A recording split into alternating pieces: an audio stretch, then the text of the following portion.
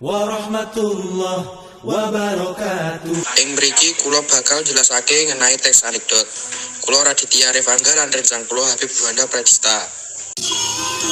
Teks anekdot mujudake teks ringkes kang lucu lan bisa nglipur pamaos utawa pamireng sarta asipat nyemoni utawa nyindir tumrap kahanan tertentu. Karakteristik guyonane ngandhut pasemon, wewahan lan utawa wejangan. Isine nyritakake lelakon paraga utawi wong penting. Mupangate minangka sarana kritik sosial lan hiburan. Adhedhasar prastawane anekdot fiksi, anekdot non fiksi. Adhedhasar tujuane anekdot kritik, anekdot nasihat lan anekdot hiburan. Struktur setunggal janturan. Janturan yaiku andharan umum kang gambarake mula buka cerita.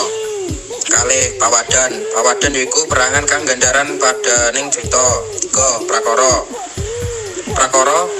yaiku perangan cerita kang gambarake kahanan kang gawat nanging aneh. Sekawan tanggapan yaiku panemu paraga marang kahanan kang dumadi. Gangsal wawasan yaiku kahanan pungkasaning cerita. Kagunaane kaping sepindhah kanggo guyonan supaya swasana katon akrab lan ora kaku. Kaping kalih kanggo narik kawigetan. Kaping 3 kanggo menehi pitutur. Suwun Gusti